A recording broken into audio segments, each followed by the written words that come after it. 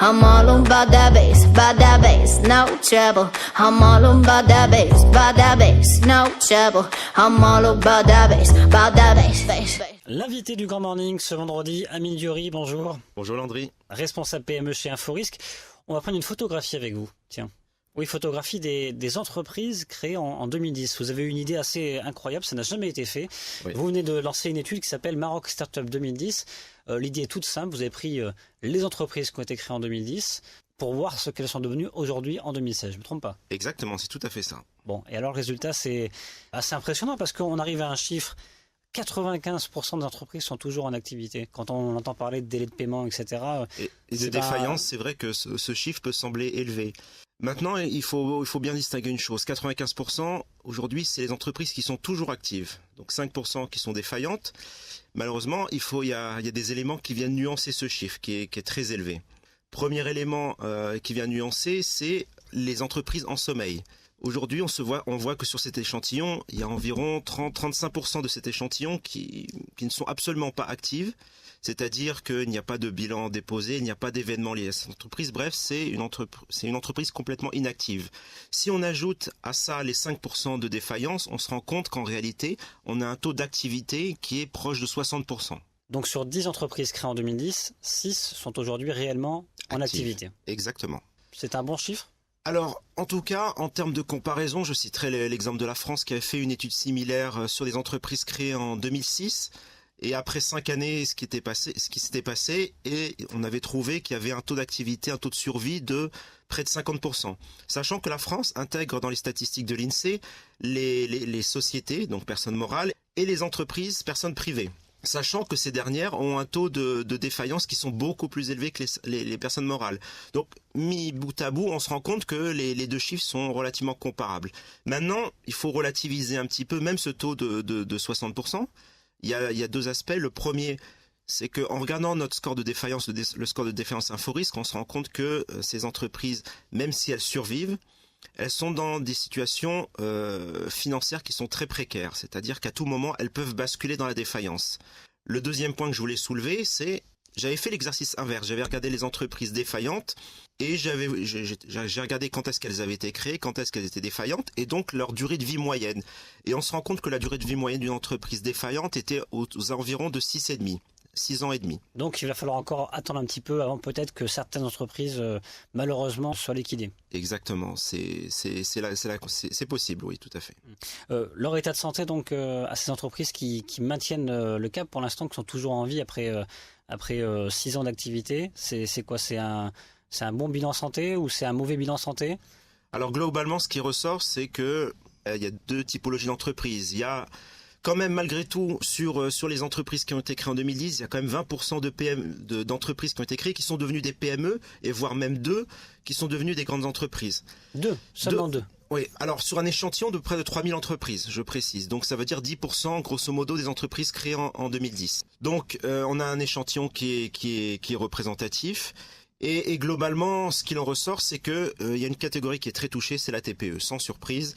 On voit une décroissance du chiffre d'affaires depuis quelques années, on voit une rentabilité nette qui est négative, on voit des délais de paiement qui s'accroissent fortement, donc tout ça fait que ça fragilise fortement la TPE. Donc les TPE sont en bout de souffle. On a le marathonnier qui est la PME qui arrive plus ou moins à s'en sortir, et puis tout au bout de la course, loin derrière, c'est les TPE. Oui. Là, c'est le vrai souci aujourd'hui. Encore une fois, il faut vraiment insister sur comment accompagner les TPE. C'est le vrai souci effectivement, et j'ajouterai un point qui est très très important.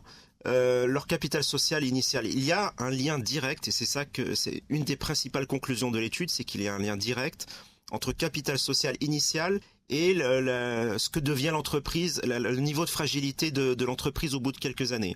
45% des entreprises créées en 2010 avaient moins de 10 000 dirhams de capital social. Et c'est parmi ces entreprises-là qu'on va retrouver plus tard les entreprises défaillantes. 45%.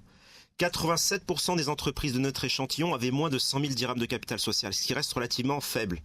Et sans surprise, celles qui ont réussi à devenir des PME et des grandes entreprises étaient fortement dotées en capital social.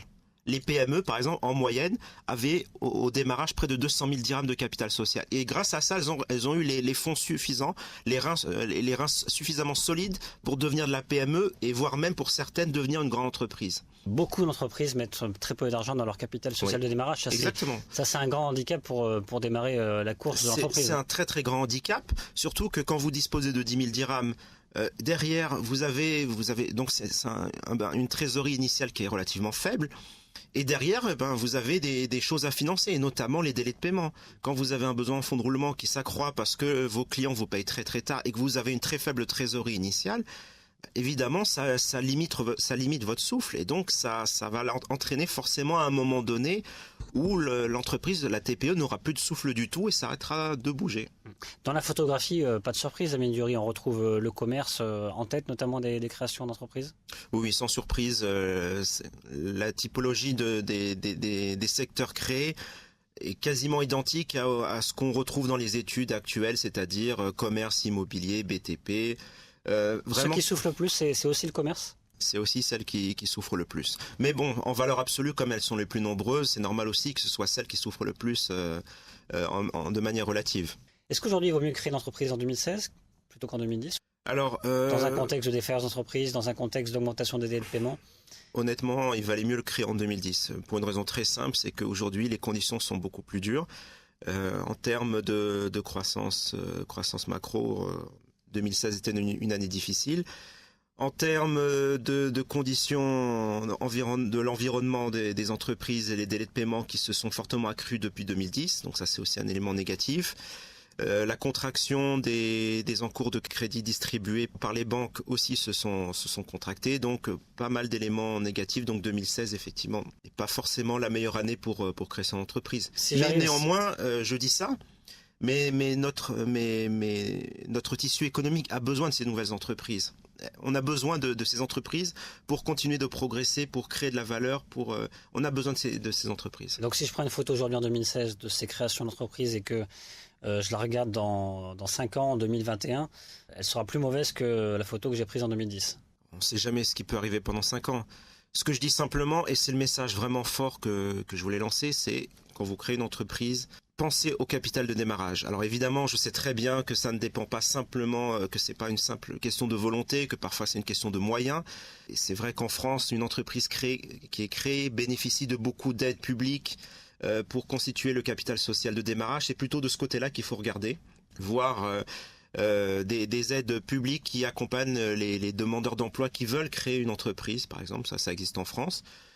Tout ça pour faire en sorte que le capital initial soit suffisant et qu'elle puisse survivre dans le temps et dépasser les 6 ans, les 7 ans et peut-être même un jour devenir une PME, voire même une grande entreprise. Eh bien voilà quelques conseils du monsieur PME chez Inforis. Amine Diouri, merci beaucoup. Merci Landry.